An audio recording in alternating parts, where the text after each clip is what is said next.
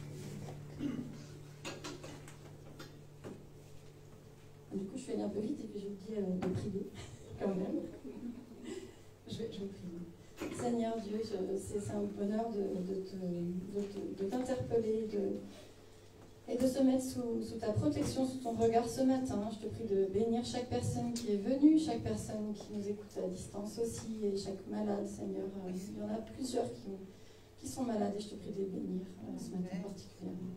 Au nom de Jésus, que ton nom soit sanctifié. Amen. Alors, je voulais juste vous rappeler, parce que moi, c'est quelque chose qu'il faut que je me rappelle souvent, qu'est-ce qu'on peut faire pour plaire à Dieu ?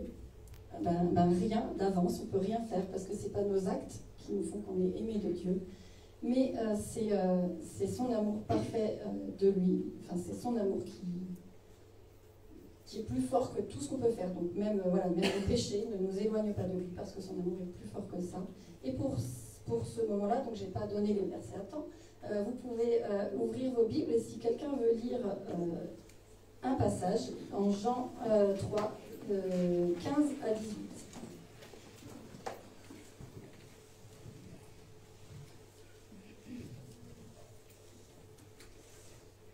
Pour que tous ceux qui placent leur confiance en lui aient la vie éternelle.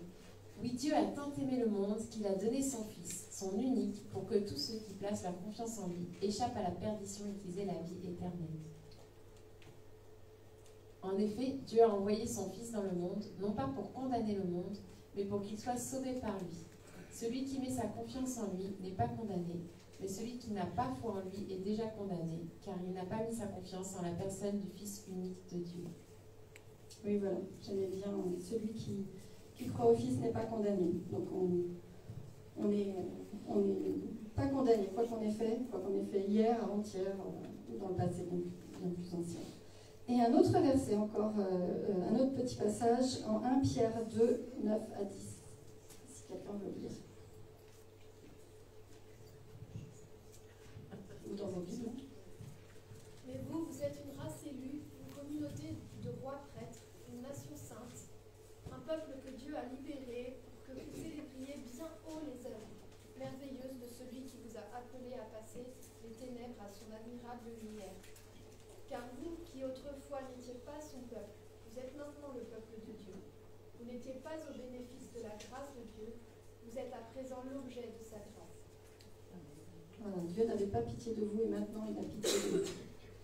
Je vous propose de faire 3 chants de louange et de reconnaissance à la suite. Et à la suite du dernier chant, on participera à la Sainte Seine.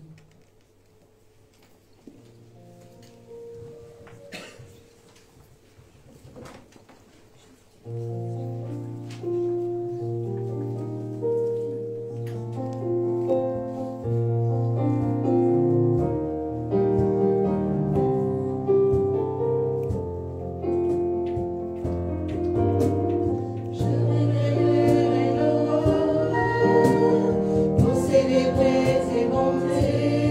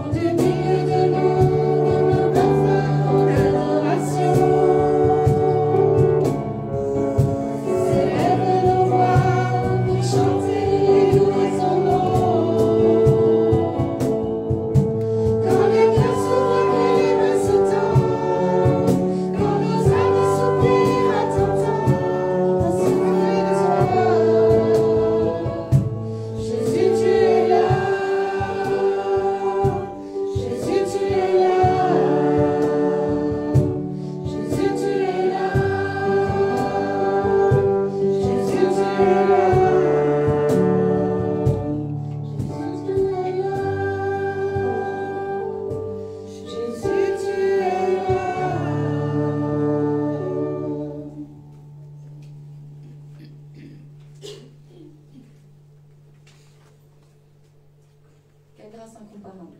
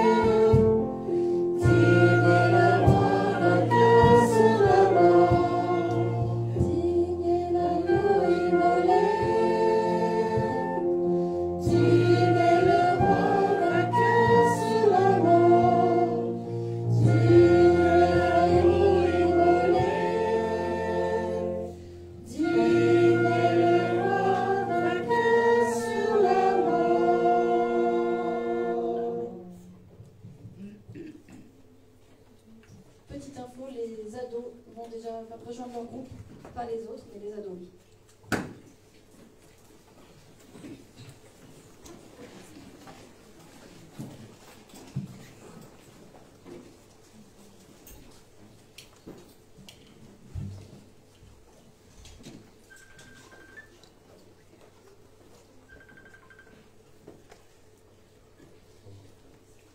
Donc, pendant que les ados sortent, je voudrais lire avec vous une partie de la Bible.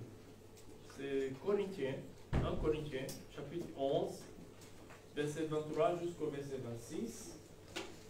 Donc 1 Corinthiens 11, 23 à 26. Donc là, probablement ça va afficher. Sinon, je vais lire ici chez moi. Et ça va dans le sens de ce qu'on vient de chanter. Est-ce que quelqu'un voudrait lire, parce que ma traduction est un peu différente de celle qu'elle a, est-ce que quelqu'un voudrait lire quelques versets de Corinthiens 11, 23 à 26? Car j'ai reçu du Seigneur ce que je vous ai enseigné, c'est que le Seigneur Jésus, dans la nuit où il fut livré, prit du pain, et après avoir rendu grâce, le rompit et dit : Ceci est mon corps qui est rompu pour vous. Faites ceci en mémoire de moi. De même, après avoir soupé, il prit la coupe et dit, cette coupe est la nouvelle alliance en mon sang. Faites ceci en mémoire de moi toutes les fois que vous en boirez. Car toutes les fois que vous mangez ce pain et que vous buvez cette coupe, vous annoncez la mort du Seigneur jusqu'à ce qu'il vienne. Amen. Je pense que nous avons tous déjà entendu ce texte biblique et nous nous rappelons toujours de la mort du Seigneur. Nous nous rappelons de ce moment c'était un moment intime avec ses disciples, qu'il va partager le pain et le vin. Et là, il va donner une leçon, il va nous les enseigner. Et en fait, ce matin, on va prendre du pain et on va prendre du vin tout à l'heure. En fait, c'est pas du vin, c'est du jus de raisin, voilà. Qui symbolise la mort du Seigneur. Et en même temps, ça va nous montrer notre identité avec le Seigneur, avec le Christ, avec Jésus.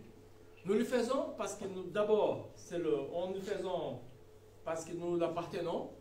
On le fait parce que nous voulons obéir à sa parole. Et nous, en faisant ça, on va se rappeler de sa mort et on va se rappeler aussi qu'il viendra un jour. Donc, avant de partager les éléments, je voulais dire 3 petits mots pour vous, pour nous. Donc, c'est le mot, la proclamation. Le Seigneur quand il va dire ça aux disciples, il veut que les disciples continuent, et c'est pour ça que nous le faisons jusqu'aujourd'hui.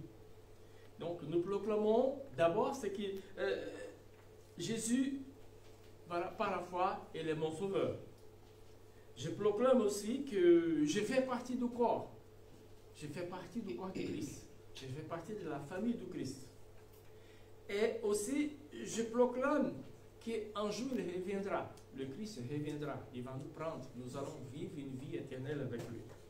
Donc, c'est 3 petites choses que je voudrais vous rappeler ce matin. Donc, je proclame que par la foi, je l'appartiens.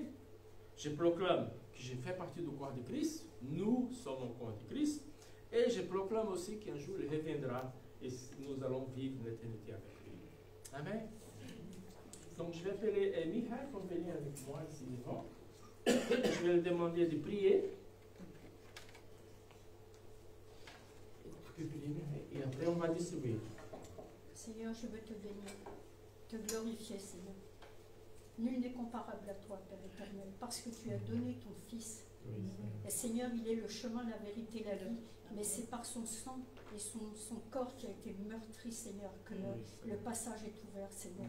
Comment ne pas bénir et adorer un Dieu aussi grand que toi, Seigneur. Merci, Père éternel, au nom de Jésus. Que chaque jour de notre vie, nous nous souvenions toujours, Seigneur, qu'un jour nous serons avec toi. C'est une promesse que tu nous as faite. Et quand nous prenons cette scène tous ensemble, Père éternel, nous sommes heureux parce que nous sommes une famille qui est réservée pour le royaume, Seigneur. Comme il est dit, nous sommes une nation sainte, Père éternel.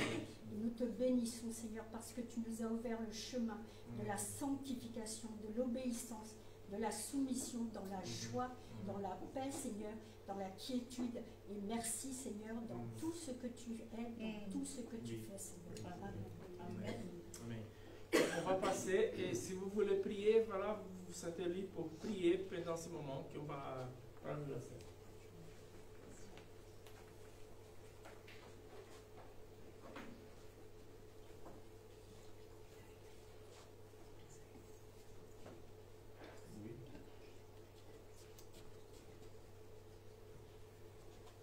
Merci Seigneur Jésus pour la croix du calvaire, Jésus. Merci Seigneur Jésus pour ton amour qui s'est manifesté, qui se manifeste, qui se manifestera encore pour l'éternité, pour chacune de nos vies, Jésus. Merci Seigneur Jésus, Seigneur, en ce moment il y a beaucoup qui sont coupés par la maladie, Seigneur. Merci Jésus parce que tu es celui qui nous guérit, Jésus, de toute maladie, Seigneur. On a confiance en toi, Jésus. Merci Saint-Esprit pour ta présence ce matin, Seigneur. Tu bénis chacune de nos vies ce matin. Chacune des personnes en fonction de leurs besoins, Seigneur Jésus, tu es capable de nous répondre, Seigneur Jésus. Nous plaçons notre confiance en toi, Seigneur, parce que tu nous aimes, Seigneur Jésus.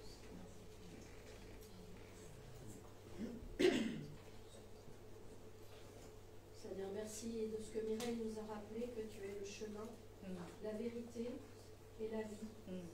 Rien que dans ces 3 mots, il y a déjà tellement de choses. Quand on est perdu, qu'on ne sait plus où on en est, on peut se tourner vers toi parce que tu vas nous guider sur le bon chemin. Et en même temps, on sait que tout ce que tu vas nous dire, nous montrer, ce sera la vérité. Et on sait aussi qu'en toi, c'est la vie, la vraie que l'on trouve. Merci Seigneur. Amen. Père éternel, merci parce que tu nous aimais, tu nous as aimés, tu nous aimes et tu nous aimeras pour l'éternité. Tu ne changes pas et tu as donné ton Fils unique qui est mort à la croix, qui a porté tous nos péchés. Son corps a été blessé, meurtri, son sang a coulé pour nous. Et Seigneur, donne-nous de nous rappeler ce moment chaque jour de notre vie. Et Seigneur, oui, tu es Dieu, tu es saint. Seigneur, tu nous aimes d'un amour infini, comme tu l'as dit dans ce chant, Seigneur Jésus. Et Seigneur, oui, tu es le chemin, la vérité et la vie. Et le chemin est étroit, Seigneur Jésus, mais il est doux à prendre. Donne-nous de prendre ce chemin. Seigneur, donne-nous de regarder à toi chaque instant de notre vie. Seigneur, merci pour qui tu es. Merci pour qui tu es, pour ce que tu fais dans nos vies. Seigneur, pardon pour nos fautes, pardon pour mes fautes. Mais Seigneur, oui, tu es mon Dieu et tu connais les cœurs de chacun. Aujourd'hui, nous te disons merci. Et Seigneur, garde nos malades. Bénis nos malades, Seigneur Jésus. Tu les connais, Seigneur Jésus, dans les hôpitaux, chez eux. Et bénis ceux qui sont dans la solitude, Seigneur Jésus. Ouvre les yeux de leur cœur. Ouvre leur cœur, Seigneur, qu'ils puissent vraiment s'approcher de toi. Seigneur, tu es un Dieu d'amour, un Dieu de paix, et tu nous aimes tel qu'on est. Alors, Seigneur, merci pour ton pardon. Merci pour ton sacrifice. Merci parce que nous pouvons nous approcher du Père. Dans le nom précieux de Jésus-Christ, nous te louons et nous te bénissons. Amen.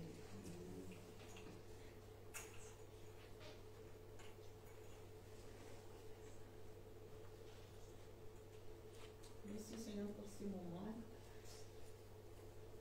Afin que nous rappelons de ton nom et de ton sacrifice en notre place.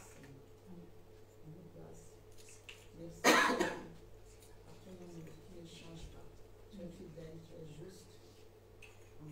Merci parce que tu nous choisis comme disciples. Et c'est maintenant nous sommes là, Seigneur. Glorifier ton nom et t'aimer de plus en plus. Oui, c'est vrai, ton amour ne change pas pour nous, Seigneur. Parfois, nous changeons, mais toi, tu ne changes jamais. Merci pour le pardon et pour la sanctification que tu nous donnes à travers de ta mort à le calvaire. Au nom de Jésus, Amen.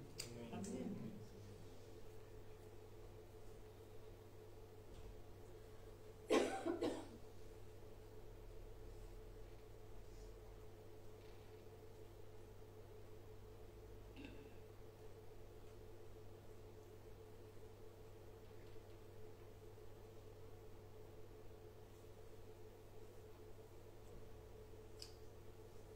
Mais Seigneur Dieu, merci pour ton amour qui ne change pas, qui est le même hier, aujourd'hui et demain, et qui est pour tous, absolument pour tous ceux qui viennent se tourner vers toi, pour les personnes qui est trop séparées de toi. Merci Seigneur. Amen. Amen.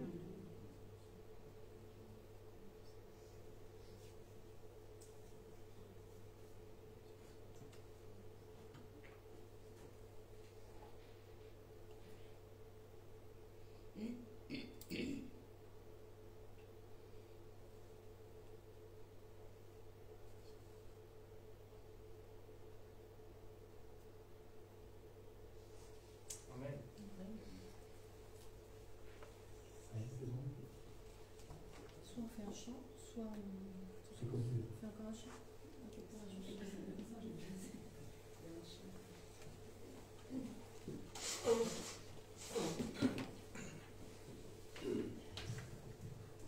On va faire un chant avant le message. Un chant pour tous les rachetés.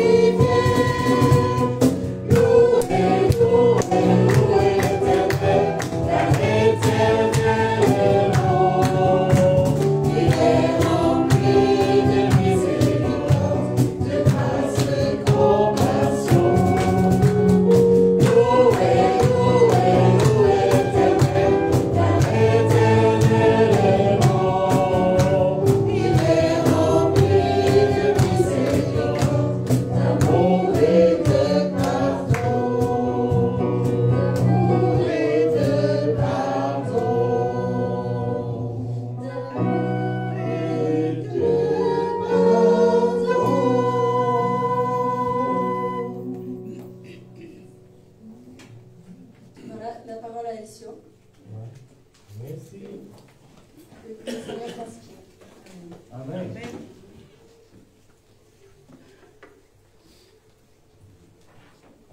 Louez, louez, louez l'Éternel. On va chanter sur les instruments. Qu'est-ce que vous pensez? Ça peut y aller? Louez, louez, louez l'Éternel, car l'Éternel est bon. Il est rempli de miséricorde, de grâce, de compassion. Louez, louez, allez Stéphane, je vais t'écouter. Car l'Éternel est bon, il est rempli de miséricorde, d'amour et de pardon. D'amour et de pardon. Waouh, bravo. Félicitations à vous. J'espère que vous avez... Il y a un peu de trucs sur mon... Non, c'est bon maintenant, c'est bon. Merci Adja. J'espère que vous avez passé une bonne semaine, que vous avez lire 1 Pierre de 1 à 5. Ça y est? Vous avez lu? C'est bien. Et Marie a rappelé ce matin aussi ce verset de Pierre 2, chapitre 2, qui dit que nous sommes des... Non, voilà, des racélus, voilà, c'est là. En Pierre 2, 9 et 10. Nous sommes ce peuple-là. Et j'espère que vous avez tous été encouragés, parce que c'est vrai que le livre il parle des combats, des souffrances, mais en même temps, il nous donne l'assurance que la victoire va arriver. La victoire sera là. Donc, c'est bien. Félicitations à Marie pour ce matin. C'est pas facile d'être devant. Je le sais, ça, à chaque fois que je viens ici, je me dis, ah Seigneur, est-ce que ça va marcher? Donc, merci beaucoup Marie, merci au groupe de louanges aussi. Donc, ce matin, mon thème, c'est... Ok, je vais tout brancher maintenant, c'est bon. Donc, mon thème de ce matin, c'est pas 1 Pierre 2, 9. Voilà. Est-ce que vous pouvez lire? C'est un peu... Après, je pense tirer un peu l'image. Repentance qui amène le salut. Donc, le texte de ce matin, c'est Matthieu 4, 12 à 17. Donc, je pense que vous êtes habitués à la Bible. Sinon, vous savez, la Bible, c'est Ancien Testament, Nouveau Testament. Et le Nouveau Testament, ça commence avec Matthieu. Donc, vous ouvrez à Matthieu et vous allez trouver 1, 2, 3. Et on va arriver au chapitre 4. Et c'est le texte qu'on va lire et on va essayer de découvrir un peu qu'est-ce que ça veut dire pour nous ce matin. Donc, je vais passer le texte et comme on fait l'habitude déjà, je vous laisse lire. Lorsqu'il eut appris que Jean avait été livré, Jésus se retira dans la Galilée. Il quitta Nazareth et vint demeurer à Capernaum, situé près de la mer, aux confins de Zabulon et de Nephtali, afin que s'accomplisse la parole du prophète Ésaïe, terre de Zabulon et terre de Nephtali, contrée voisine de la mer, au-delà du Jourdain, Galilée des païens. Le peuple assis dans les ténèbres a vu une grande lumière. Et sur ceux qui étaient assis dans le pays et dans l'ombre de la mort, une lumière s'est levée. Dès lors, Jésus commença à prêcher et à dire: repentez-vous, car le royaume des cieux est proche. Amen. Repentez-vous. Oui, Seigneur, ce matin, nous voulons te louer et proclamer ton nom, Seigneur. Merci, Seigneur, pour ta parole. Aide-nous à comprendre, aide-nous à le mettre en pratique dans nos vies, Père. Au nom de Jésus. Amen. Amen. Donc, on est sur le texte biblique qui parle un peu, en fait, pour parler un peu de Pierre, si vous continuez ce texte, vous allez voir ce que j'ai déjà parlé dimanche passé, c'est-à-dire au moment que Jésus va rencontrer Pierre pour la première fois. C'est tout simplement ça, vous pouvez le faire après. Mais, on parle de repentance, donc on voudrait parler de repentance. Donc la repentance est souvent...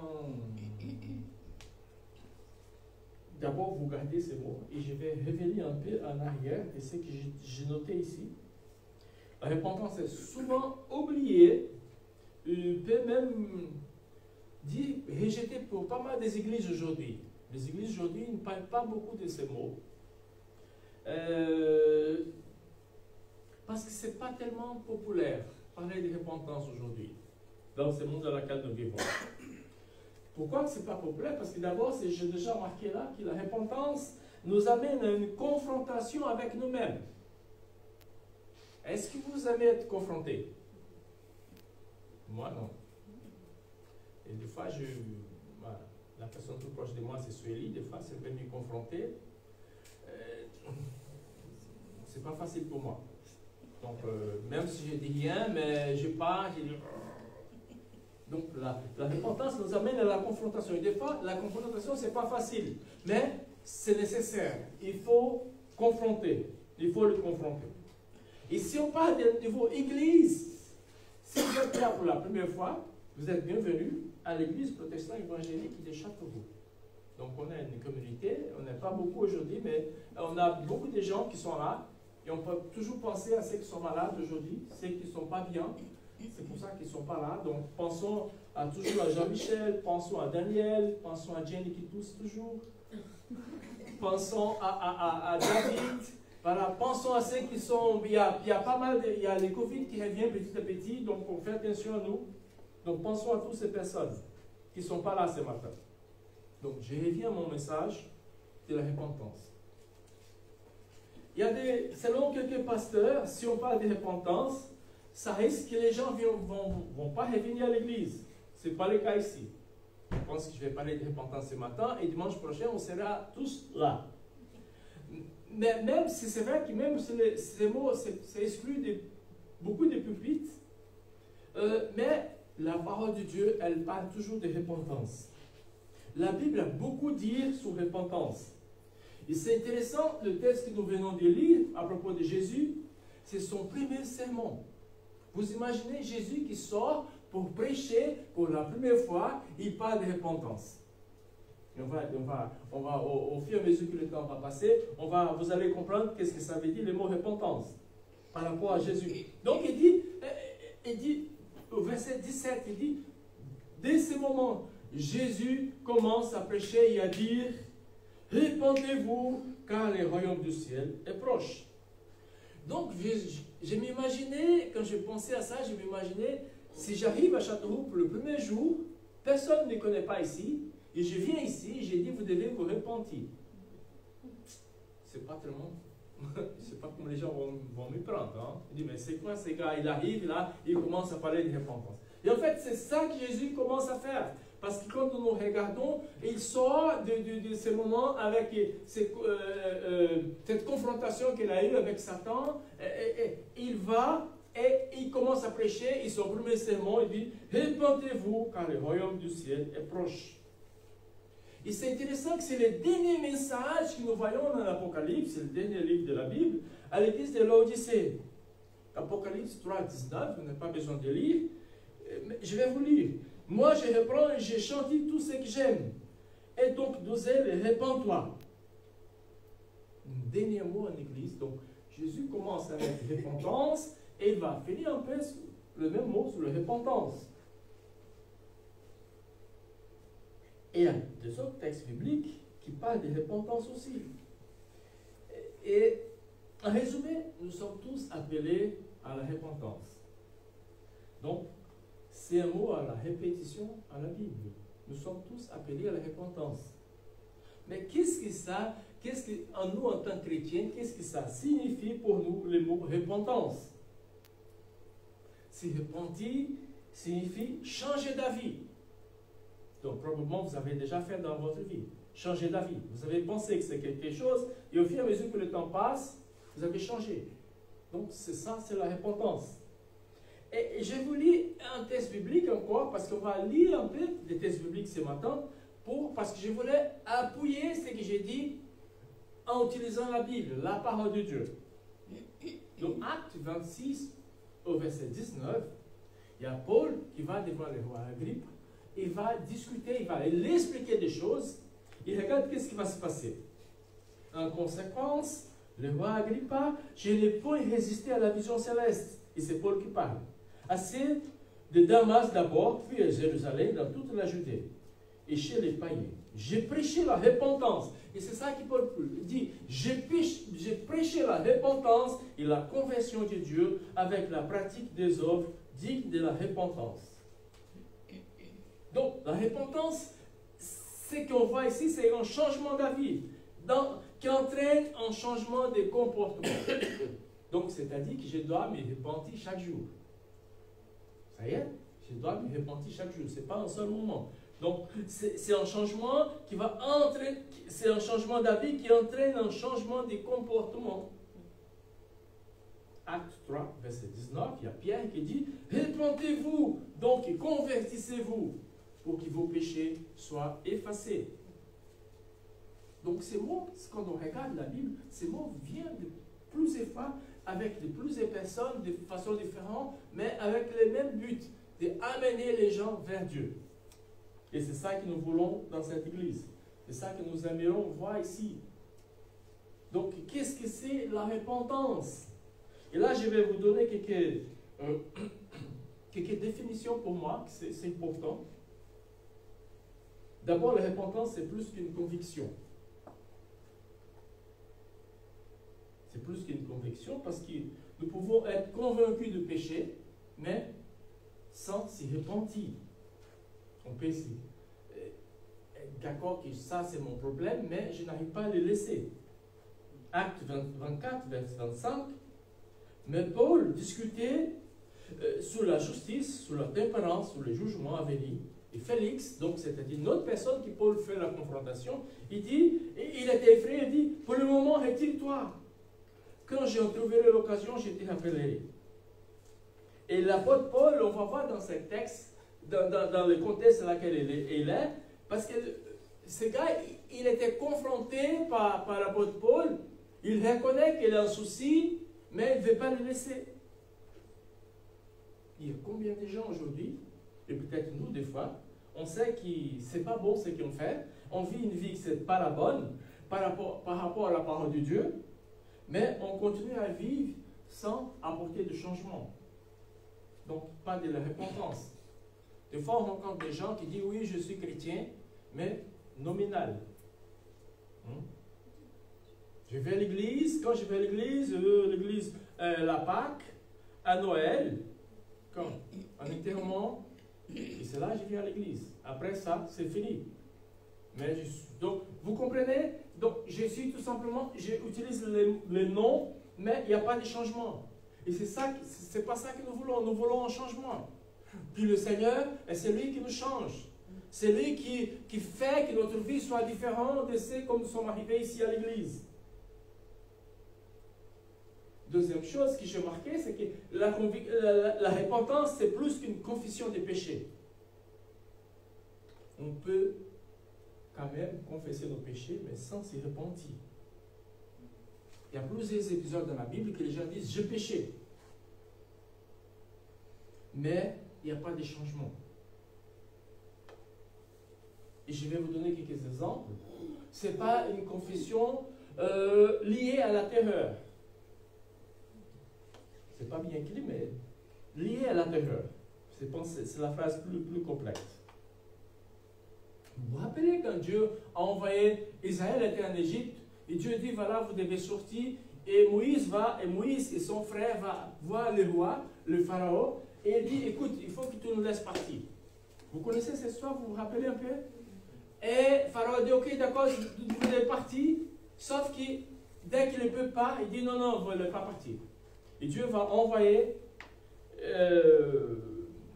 comment on appelle ça? Des plaies. Voilà, 10, il va envoyer. Et chaque fois qu'il va envoyer une, Pharaon dit, ok, d'accord, je te laisse. Mais dès qu'il va, il dit, non, il revient en arrière.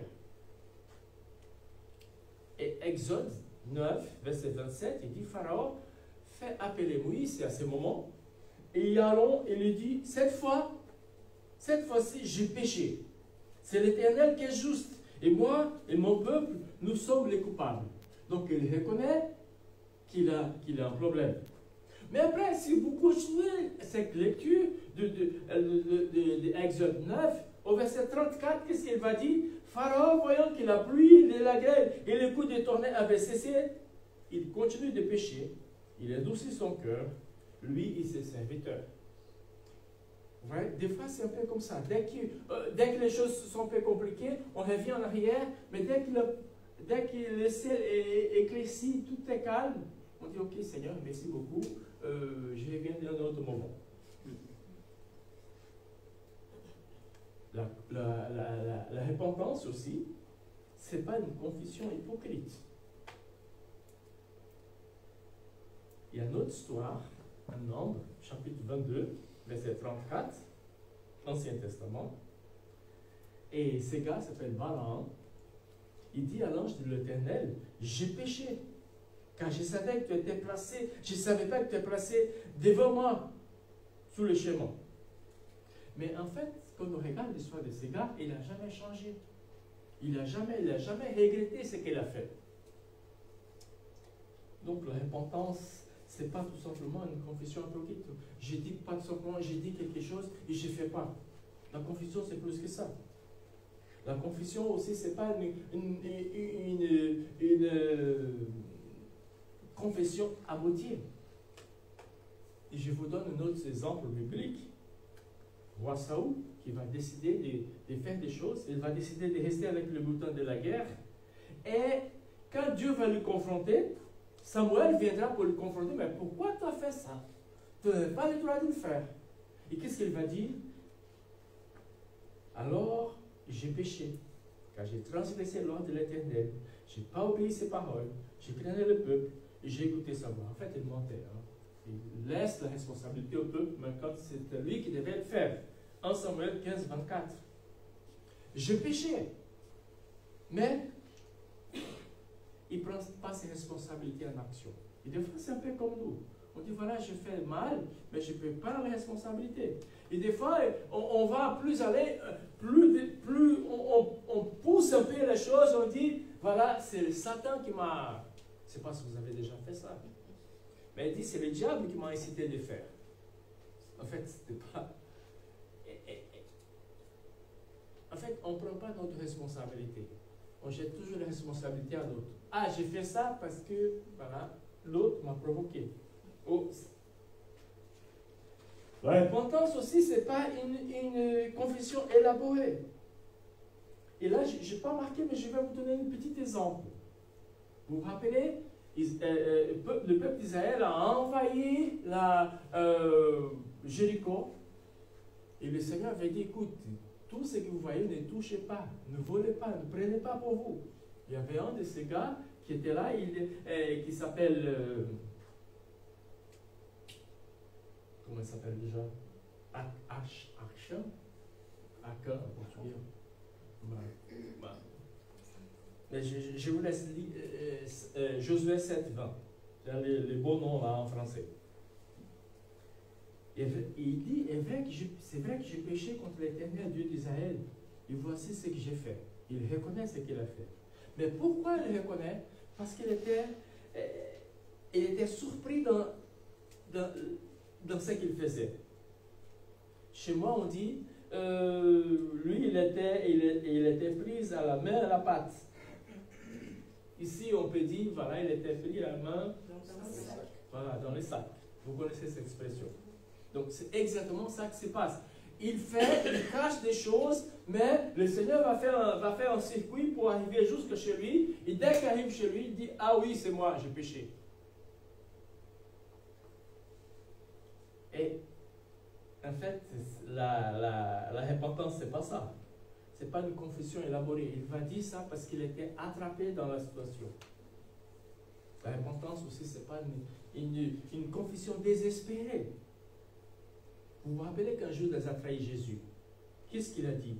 J'ai péché en livrant le sang innocent. Mais c'était une confession de remords. La repentance, c'est plus qu'une condamnation, la confession du péché. Et tous ces hommes qu'on vient de lire, ils ont utilisé cette même expression, j'ai péché. Mais il n'y a pas de repenti. Qu'est-ce que c'est la repentance pour nous maintenant? Parce que peut-être on pourrait tous être là, on peut dire, voilà, j'ai péché, c'est ça ma faute. La repentance, c'est un changement de cœur. Et c'est ça que nous prions. C'est ça que j'ai prié. Dieu, change mon cœur. Ce matin, j'ai prié encore. Dieu, change mon cœur. Des fois, on a plein de bonnes intentions, n'est-ce pas? On dit, voilà, j'ai fait ça, j'ai fait ça, j'ai fait... Mais au fur et à mesure que les jours passent, que la journée passe, on est toujours tenté à se détourner de ce qu'on a promis au Seigneur chaque matin dès qu'on se réveille. Donc, c'est un changement de cœur. Et j'ai pris une phrase, le petit catéchisme de Westminster, donc, donne une définition de repentir. Et quand je pensais à Westminster, je pensais aux Américains qui sont avec nous. Là, ça vient de là. Donc, écoute qu'est-ce qu'ils disent. La repentance est une grâce salvatrice par laquelle un pécheur, en raison d'un véritable sentiment de son péché et d'une appréhension de la miséricorde de Dieu en Christ, avec chagrin et haine de son péché, se détourne vers Dieu avec un désir de s'esforcer après une nouvelle obéissance. Et je pense qu'ils ont bien défini qu'est-ce que c'est la repentance. C'est Dieu qui touche nos cœurs. Et ces sentiments de péché qu'il y a, je reconnais mon péché. Et là, avec chagrin et haine, je me détourne vers Dieu et je vais vers la bonne direction. Beaucoup disent que la repentance est un virage de 180 degrés. Mais la Bible dit aussi que la repentance, c'est se détourner du péché et revenir vers Jésus. Et c'est pour ça que je disais depuis le commencement que la repentance, c'est quelque chose qui doit se passer chaque jour dans notre vie. Chaque moment, chaque situation. Donc, laisser une action négative, c'est-à-dire laisser les péchés et faire une action positive. S'y donner 100% au Seigneur. Et l'apôtre Paul dit, il va encourager ceux qui le suivent, ceux qui l'écoutent. Il dit, annonçant aux Juifs et aux Grecs la repentance, vous voyez, envers Dieu et à la fois en notre Seigneur Jésus-Christ. Acte 20, verset 21.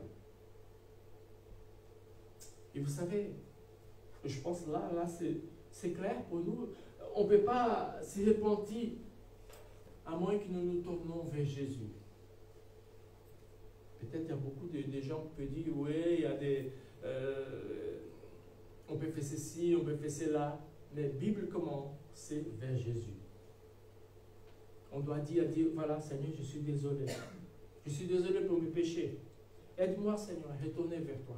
Aide-moi, Seigneur, pardonne-moi mes péchés. Aide-moi à revenir et marcher sur la bonne voie. Si détourner du péché et revenir vers Jésus, c'est un processus, j'aimais cette phrase, c'est un processus qui se vit au quotidien, c'est-à-dire chaque jour, chaque jour. La repentance, c'est un changement, j'ai marqué ici chez moi, un changement perpétuel. Nous devons admettre que ce n'est pas quelque chose que nous faisons une seule fois, à un moment donné, mais notre vie. Le Seigneur nous a sauvés. Si nous l'avons accepté, on ne peut pas oublier ensuite. Donc, c'est pour ça que je disais, la repentance, c'est un processus que je vis au quotidien. Donc, quelle est la motivation? Pourquoi que je dois le faire? Et là, je reviens au verset de Acte 17, verset 30, il dit, Dieu, sans tenir compte des temps de l'ignorance, annonce maintenant à tous les hommes et tous les lieux qui se doivent se repentir. Repentance, repentance, repentance, repentance. La repentance est la seule façon de lever la malédiction et la culpabilité du péché. La repentance nous permet d'avoir la grâce de Dieu. La grâce de Dieu dans notre vie, dans notre cœur. Dieu veut nous sauver toujours, je pense. Je suis sûr. J'ai cette assurance parce que la Bible me donne cette assurance. Mais je dois m'accrocher à Jésus. Je dois m'accrocher et laisser le péché et m'accrocher à Jésus. Donc, en résumé, je voulais dire que la repentance est plus qu'une conviction.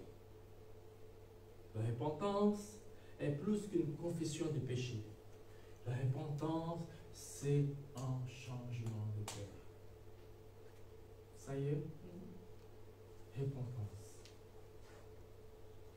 Et là, j'ai choisi non, ce n'est pas là, donc je reviens en arrière.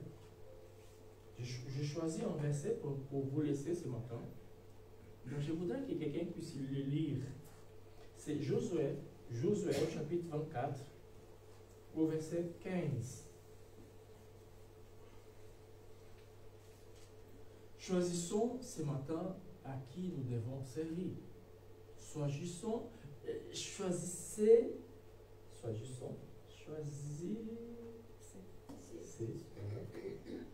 qu'est-ce que nous voulons aujourd'hui pour ce matin?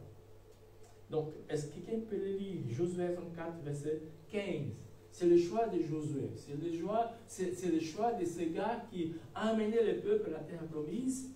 Il a dit, voilà, nous sommes là, le Seigneur nous a amenés là. Maintenant, écoute-moi ce que je vais vous dire. Voilà, vous pouvez le lire. Si cela ne vous convient pas, alors choisissez aujourd'hui les dieux auxquels vous rendrez votre culte. Par exemple, ceux que vos ancêtres adoraient de l'autre côté de l'Euphrate, ou ceux des Amorites dont vous habitez le pays. Et ma famille et moi, nous servirons le Seigneur. Amen. Ma famille et moi, nous allons servir l'Éternel. Donc, il a fait son choix. J'espère que nous, ce matin, nous avons déjà fait notre choix. Et pendant cette semaine, le Seigneur va nous aider à continuer à le suivre. Et peut-être qu'il y aura des moments qu'on a besoin de se repentir. On aura des moments à laquelle on dit, voilà, Seigneur, je péché, je fais une bêtise. Pardonne-moi, aide-moi. Et je sais qu'il sera là pour nous. Il sera là pour nous encourager, nous fortifier, nous faire du bien. Donc, c'est le temps de se repentir. J'aimerais bien prier pour nous, pour moi aussi.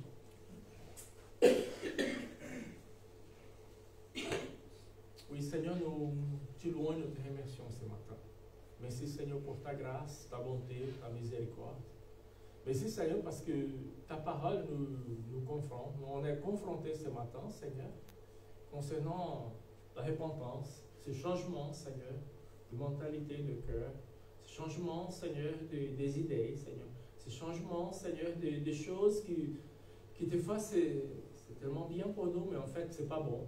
À la fin, ça va nous amener à la mort. Ça va nous amener, Seigneur, à la vie éternelle sans toi, Seigneur. Nous voulons vivre une vie éternelle avec toi, Seigneur. Nous voulons louer et proclamer ta gloire, Seigneur. Aide-nous, Seigneur. Tu connais nos vies. Tu connais nos soucis. Tu connais, Seigneur, ce que nous aimerions faire et voir, Seigneur, dans notre vie. Mais, Seigneur, nous voulons le faire de la bonne manière. Aide-nous, Seigneur, comme disait déjà Josué, Seigneur. Moi et ma maison, c'est mon choix de te servir, d'honorer ton nom, Seigneur. Béni soit ton nom, Père, ce matin, au nom de Jésus. Amen. Amen. Que Dieu vous bénisse, que Dieu vous garde.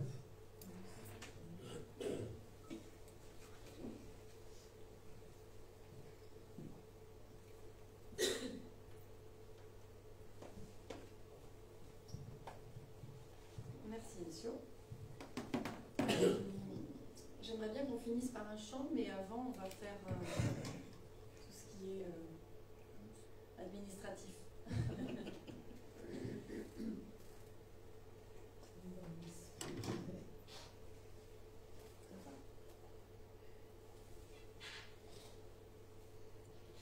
Alors, dimanche prochain, culte à 10h30. Invitez des amis. Toujours les mercredis après-midi, LCO est disponible en particulier pour vous recevoir, même s'il peut vous recevoir à d'autres moments sur rendez-vous. C'est à l'église, ici, entre 14h30 et 17h. Il y aura la prochaine session de conversation anglaise le 4 octobre. Est-ce que tu peux expliquer un peu qu'est-ce que La conversation anglaise, alors c'est dans les locaux de l'église, géré par Eira et Steve. qui parle anglais. Et donc tous ceux qui ont envie de pratiquer l'anglais sont bienvenus pour communiquer, discuter avec des passionnés et des anglais de souche et des gens qui aiment ça en France. C'est un petit groupe qui se réunit, voilà. Donc n'hésitez pas, le mercredi matin, 9h30, 11h30, avec un café, c'est convivial, voilà. Ensuite, la rencontre louange et prière, on prie et on chante aussi, ce sera jeudi en présentiel dans les locaux ici, à 20h. Soyez les bienvenus. Et là, c'est Kairos, si tu veux faire un petit... ça m'arrange. On n'a pas eu le temps de faire une affiche plus courte, donc je voulais commenter un petit peu. Donc la nouvelle association Kairos va commencer tous les mois à faire un atelier. Le but, bien sûr, c'est d'inviter des gens qui ne connaissent pas le Seigneur pour nouer des liens d'amitié et plus, et bien sûr leur parler de Dieu après. Et aussi un but de rendre service à la communauté des gens qui vivent autour de nous. Donc ça va être très varié comme activité. La première, ce sera sur les aliments fermentés, la fermentation. Donc on va apprendre les secrets de la choucroute, apprendre à faire un levain de gingembre et une bière au gingembre sans alcool. Voilà, donc ça, on n'est pas sûr de l'horaire, mais bon, ce sera au milieu d'après-midi, on vous recommuniquera l'horaire. Mais ce sera donc le 14 octobre. Normalement, il y aura des petites feuilles aussi, parce qu'il y aura peut-être quelques petits matériels à apporter. Mais voilà, la première session, ce sera ça. Il y aura des choses extrêmement variées. Après, on vous fera peut-être des bijoux pour offrir à Noël, par exemple, avec Mireille qui nous guidera. Les enfants pourront participer aussi. Voilà, il y aura, je ne vous en dis pas plus, mais peut-être de la danse un jour. Parce qu'on a 2 danseurs très qualifiés ici. Voilà. Et puis j'en profite aussi, je ne sais pas si on avait une petite affiche thé ou café, mais en tout cas vous aviez ça sur vos chaises. Donc la semaine prochaine et tous les 2e dimanches du mois, vous pourrez venir, au lieu de venir à 10h30, vous pouvez venir à partir de 9h15 pour boire un thé, un café ou autre chose, manger un petit gâteau, et ça permet de prendre le temps de discuter ensemble aussi avant le culte. Voilà. Merci Jim. Je rappelle aussi que au CGR de Châteauroux, au cinéma, il y aura le film The Chosen, qui est extrait d'une série un peu plus longue, voilà, mais un film. C'est l'occasion d'inviter nos jeunes et que nos jeunes invitent leurs copains à découvrir la vie de Jésus au cinéma. C'est très bien fait. Voilà.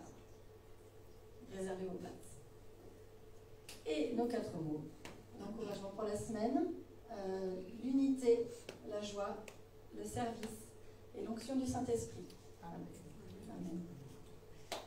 Un chant pour la fin.